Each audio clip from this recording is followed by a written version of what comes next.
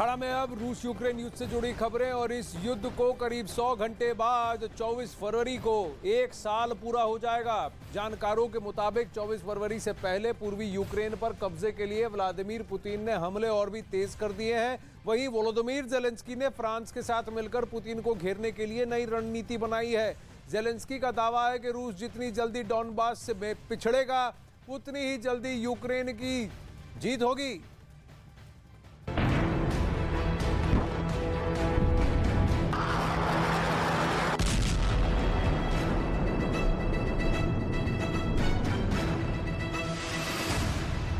सामने आई ज़ेलेंस्की की नई चाल।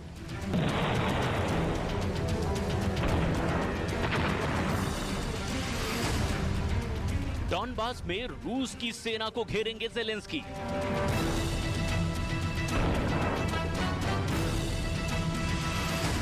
ज़ेलेंस्की को मिला फ्रांस का साथ।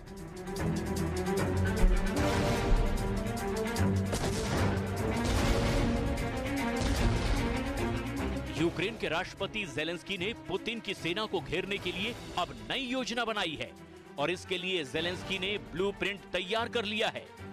उनका पूरा फोकस अभी डॉनबास में रूस को कड़ी शिकस्त देने पर है। यूक्रेन की फौज रूस की सेना के सामने डटकर खड़ी है।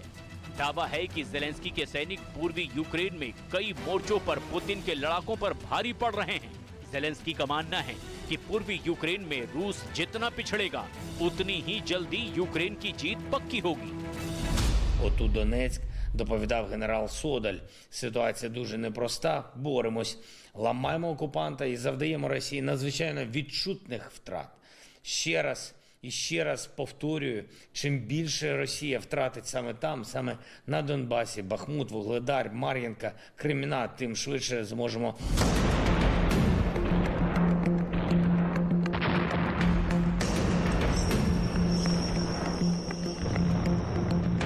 एक दिन पहले ही ज़ेलेंस्की और फ्रांस के राष्ट्रपति इमैनुअल मैक्रों के बीच फोन पर बातचीत हुई। दावा है कि इस दौरान न सिर्फ यूक्रेन बल्कि यूरोप की रक्षा को लेकर भी बातचीत हुई। साथ ही रूस के खिलाफ जारी फ्रांस के समर्थन पर भी बातचीत हुई। Говорив сьогодні з президентом Франції Макроном про подальшу оборонну підтримку, про захист наших людей всієї Європи. Дякую пану президенту за розуміння наших потреб, за спільне відчуття того, що не можемо втрачати жодної можливості і жодного тижня у захисті від російської агресії.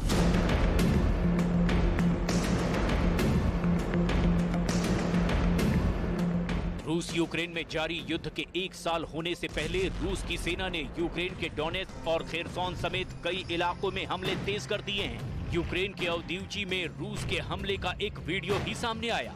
दावा किया गया कि रूस की सेना ने हमले में यूक्रेन के कई ठिकाने तबाह कर दिए।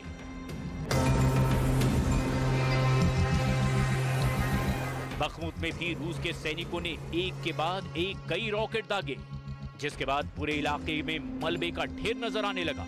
रूस का सारा ध्यान अभी डॉनबास पर टिका हुआ है और यही वजह है कि उस पर कब्जे के लिए वहां रूस ताबड़तोड़ हमले कर रहा है।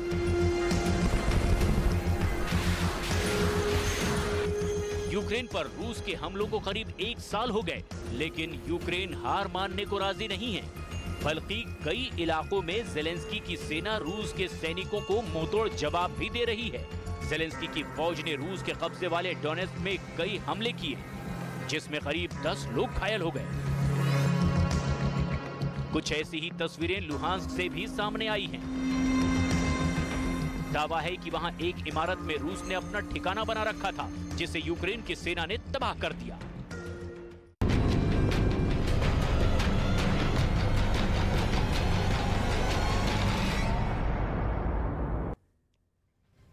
अब जानिए कि रूस के आखिर वो कौन सी परमाणु मिसाइलें हैं जो दुनिया में एटमी तहलका ला सकती हैं। ICBM शर्मद सबसे पहला है। सोवियत समय के स्टेन सैटर्न मिसाइल को अपग्रेड करने के बाद और अपग्रेड करने के लिए रूस ने इस इंटरकॉन्टिनेंटल मिसाइल को डिजाइन किया है। रूसी फेडरेशन के 62वें मिसाइल डिवीजन में इसे तैनात किया गया है। ये रूस ही नहीं, दुनिया की सबसे बड़ी मिसाइल है। इसकी रेंज 18,000 किलोमीटर है, मतलब पूरी दुनिया रेंज में अमेरिका पर दक्षिणी ध्रुव से होते हुए हमला करने में सक्षम इकलौती मिसाइल है ये मिसाइल। ICBM HGV एवनगार्ड ये पुतिन की सबसे भरोसेमंद मिसाइल है, जिसे साल 2019 में रूसी फौज में शामिल किया गया और अब तक इस मिसाइल की एक रेजिमेंट यानी 9 से 10 मिसाइल तैनात भी हो चुकी हैं। सोवियत समय के स्टिलेटो मिसाइल का ये एक मिक्स्ड वर्जन है। एवनगार्ड की रेंज 10,000 किलोमीटर है, यानी अमेरिका तक रेंज में है। हाइपरसोनिक ग्लाइड व्हीकल की वजह से इसे रोक पाना नामुमकिन है। व्योरवेत्सनिक स्काईफॉल पुतिन की इस मिसाइल का दुनिया में कोई सानी नहीं। अब तक दुनिया में सब जितनी खतरनाक क्रूज मिसाइलें हैं वो कम ऊंचाई पर समान गति से चलने के लिए टर्बोजेट या टर्बोफैन का प्रयोग करती हैं, जिससे अमेरिका का टोमाहॉक, रूस की कैलिबर और फिर भारत की ब्रह्मोस मिसाइल। लेकिन स्काईफॉल एक न्यूक्लियर पावर्ड क्रूज मिसाइल है। पुतिन के मुताबिक इस मिसाइल की रेंज असीमित है। जब तक अपने टारगेट को मार नहीं देती तब तक ये उड़ती रहेगी, उसका पीछा करती रहेगी।